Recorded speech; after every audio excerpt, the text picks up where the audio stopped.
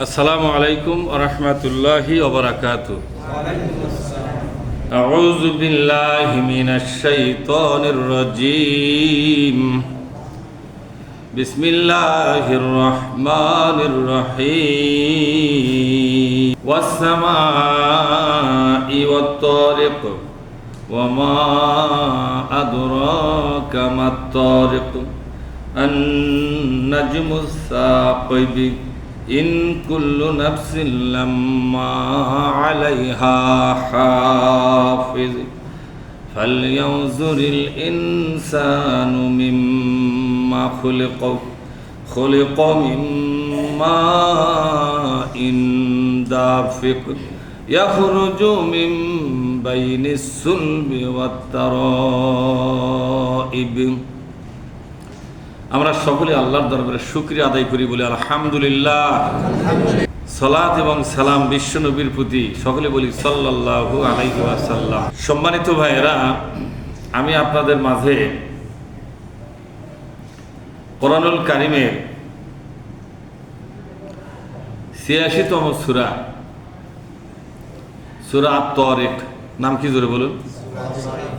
সূরা আত-তারিক। এই সূরাটি কিছু অংশ আমি আপনাদেরকে পড়ে শোনালাম। এই সূরাটি মাক্কি সূরা। কি সূরা ধরে বলুন? এই সূরাটি মাক্কি সূরা। মক্কায় সর্বমোট সূরা নাযিল হয় ৮৬টি। কয়টি? ৮৮। এই ৮৬টির মধ্যে এটা একটা। মক্কায় যে সূরাগুলো নাযিল হয়েছিল, এই সূরাগুলোর মূল শিক্ষা ছিল তাওহীদ, রিসালাত এবং আখিরাত। কয়টা বিষয়? এটা তাওহীদ, রিসালাত এবং তাওহীদ মানে হলো শিরক মুক্ত। তাওহীদ মানে হলো শিরক মুক্ত। রিসালাত মানে হলো সমস্ত নেতা নেত্রী মুক্ত, এর নাম রিসালাত। আখিরাত মানে হলো দুনিয়াটাই আমাদের শেষ ঠিকানা নয়, আমাদের বিশ্বাস আমাদের আরেকটা জীবন শুরু হবে। সেটা কোথায়? আখিরাতে। সেখানে আমাদের স্থায়ী ঠিকানা। এই দুনিয়া হলো অস্থায়ী, আর আখিরাতটা হলো ওয়াল আখিরাতু খায়রু ওয়া আবকা। আল্লাহ বলছেন, বলেন ওয়াল আখিরাতু খায়রু ওয়া আবকা। আখিরাতটা শ্রেষ্ঠ, আবকা মানে চিরস্থায়ী। আখিরাতটাই চিরস্থায়ী, আখিরাতটাই শ্রেষ্ঠ। এই দুনিয়া চিরস্থায়ী জায়গা নয়।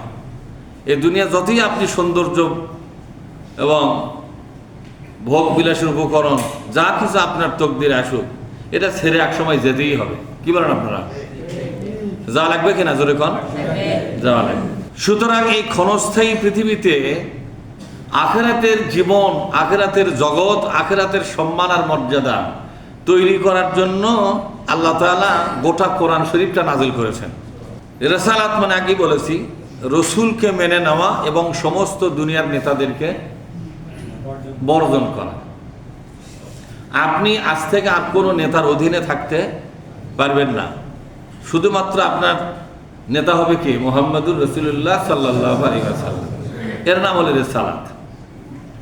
আল্লাহর প্রতি ঈমান, রসুলের প্রতি ঈমান এবং পরকালের প্রতি ঈমান। পরকালে কোনো ক্ষতি হয় এমন কোনো কাজ যদি আপনি ইচ্ছা করে করেন, তাহলে আপনাকে তওবা করে সে কাজটা কি করতে হবে? ছেড়ে দিতে হবে। ইচ্ছা করে তো করেছেন, কিন্তু যখন বুঝলেন যে এই কাজের কারণে আমার পরকালে ক্ষতি হচ্ছে, তখন আপনাকে সেই কাজটা বাদ দিতে হবে। আর অনিচ্ছাকৃতভাবে যদি পরকাল বিরোধী কোনো কাজ হয়ে যায়, তাহলে সেটাও আপনাকে আল্লাহর কাছে ক্ষমা চাইতে হবে। অর্জনের ইস্তেগফার। অর্জনে কি? ইস্তেগফার মানে ক্ষমার আবেদন করা। আর তওবা মানে হলো ইচ্ছা করে যে অন্যায়টা করতেছেন, এটা জেনে শুনে করতেছেন, আবার জেনে শুনেই ছেড়ে দিতে হবে। এজন্য তওবাও লাগবে, ইস্তেগফারও লাগবে। অনিচ্ছাকৃতভাবে কোনো কাজ হয়ে গেছে, হয় না এরকম? কিন্তু পরে দেখা গেল কাজটা ভুল হয়েছে। ওই ভুল কাজটা করার আপনার কোনো ইচ্ছা নাই, কিন্তু কাজটা হয়ে গেছে। এজন্য ক্ষমা, মাগফিরাত এবং ইস্তেগফার এই আবেদন করতে হবে কার কাছে?